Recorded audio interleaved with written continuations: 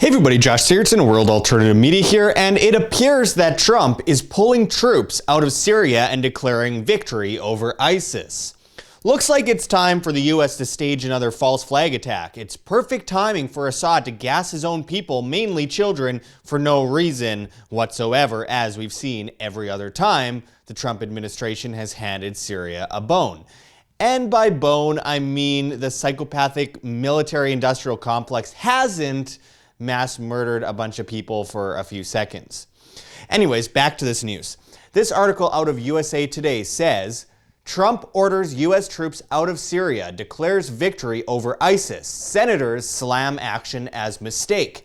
And as the article goes into, President Donald Trump called Wednesday for a U.S. withdrawal from Syria over the apparent objections of military advisors and a bipartisan group of lawmakers. The withdrawal of the more than 2,000 troops is based on Trump's decision that the mission against ISIS is complete, a U.S. official told USA Today. Military leaders, including Defense Secretary Jim Mattis, in recent weeks and months, have spoken of the need for U.S. troops to remain in the eastern part of the country to help stabilize it and allow for peace negotiations to proceed.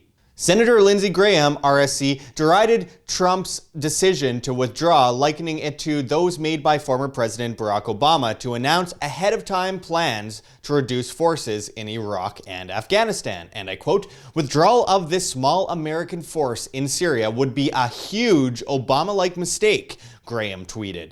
In a statement, Graham added Trump's action would represent a big win for ISIS, Iran, Bashar al-Assad of Syria, and Russia. "I fear it will lead to devastating consequences for our nation, the region, and throughout the world," Graham said. Senator Marco Rubio, Republican from Florida, tweeted that the move was a major blunder made against the Pentagon's advice. Senator Bob Menendez, a Democrat from New Jersey, the top Democrat on the Foreign Relations panel, called it a dangerous decision that would destabilize the region, endanger Kurdish allies, and embolden America's enemies. And I quote, "We're leaving the Kurds at risk. We're creating a vacuum, and we're doing it in a way that puts Israel at risk because of Iran's presence in Syria," Menendez said.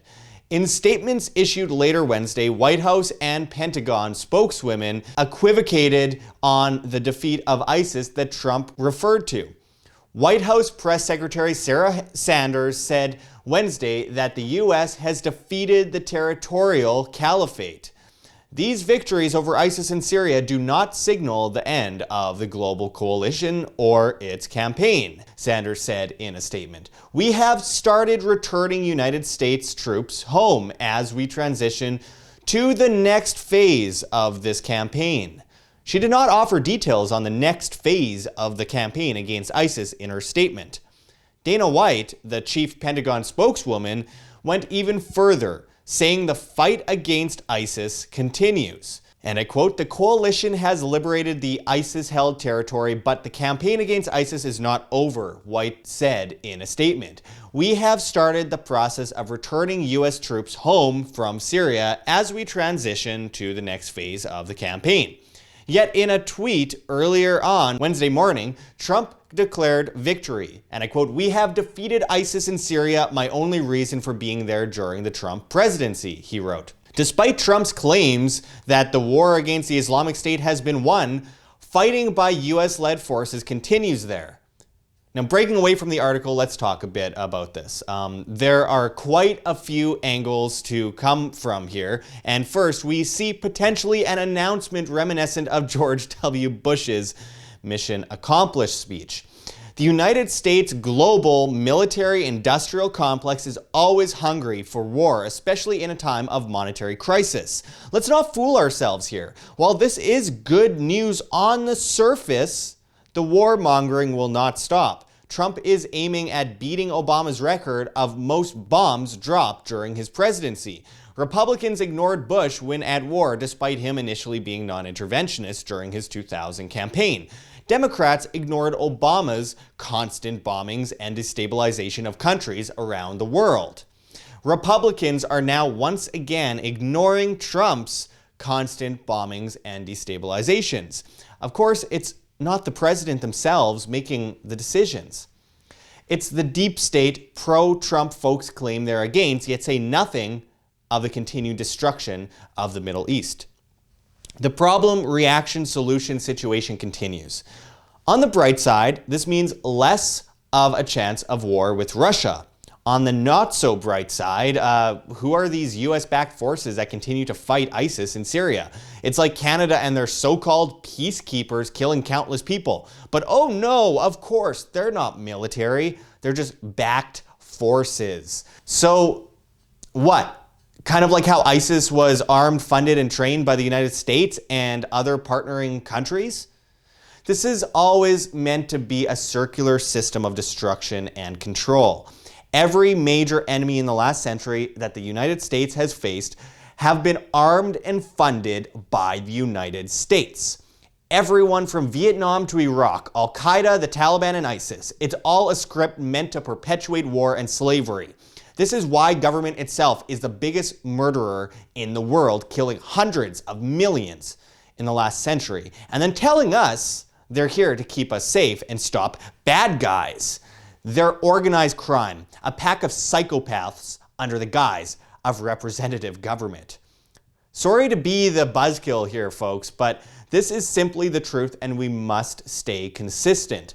The last 2 times the United States has said that they have no wish to overthrow Assad, for example, they've staged false flags in Syria, obvious false flags at that. Who actually believes that every time the United States tells Assad they're going to leave him alone, Assad, for absolutely no personal or national gain, chemical gases children?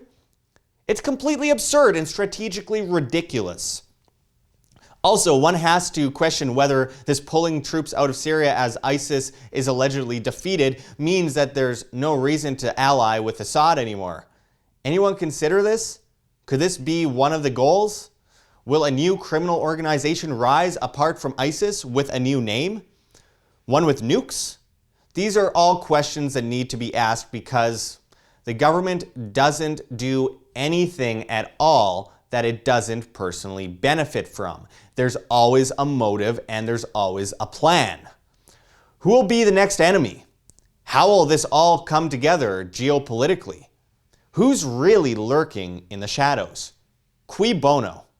Anyways, thanks for watching, everyone. Always happy to provide you with your daily dose of sadness, but it's not all bad. There are more solutions out there than problems. The governments of the world are desperate to prop up their empires as decentralized alternatives to state and banking continue to develop and overthrow the old guard. It's happening. We will prevail. Freedom will prevail and the order will fall. Stay tuned for more from Wham! This is Josh Sigurdson signing out from World Alternative Media. Find the truth, be the change. Like what you see here at Wham! Don't forget to check the links below, GoFundMe, Patreon. We can't do it without you. Any donation is very much appreciated, especially as we are so vastly demonetized and censored on YouTube as these guys come in and flag all of our content as hate speech. Also, check out our Bitcoin address below as well as on the screen for you to scan if you please. And also check us out at steemit.com. We're at Josh Sigurdson. It's a future of social media where you get paid in the upvote of your post in cryptocurrency. Steem, that is. So make sure to check us out there. Make sure to join us at Anarchapulco 2019 with people like Ron Paul, G. Edward Griffin, of course, Jeff Berwick, Vid Jedlicka. So many incredible speakers are going to be speaking. It's just a massively growing event. It is something you have to see to believe. So make sure to check it out below and save money on your tickets by using promo code WHAM, that's W-A-M, and I hope to see you there. Also, check out our newsletter as we are getting demonetized and censored and all that. We don't know what comes next, so we have an email, worldalternativemedia@gmail.com. Send us an email with subject line YES, Y-E-S, and we will include you in the newsletter where we will continuously keep you updated. So until next time, thanks for watching, everyone. This is Josh Sigurdson signing out from World Alternative Media. Find the truth, be the change.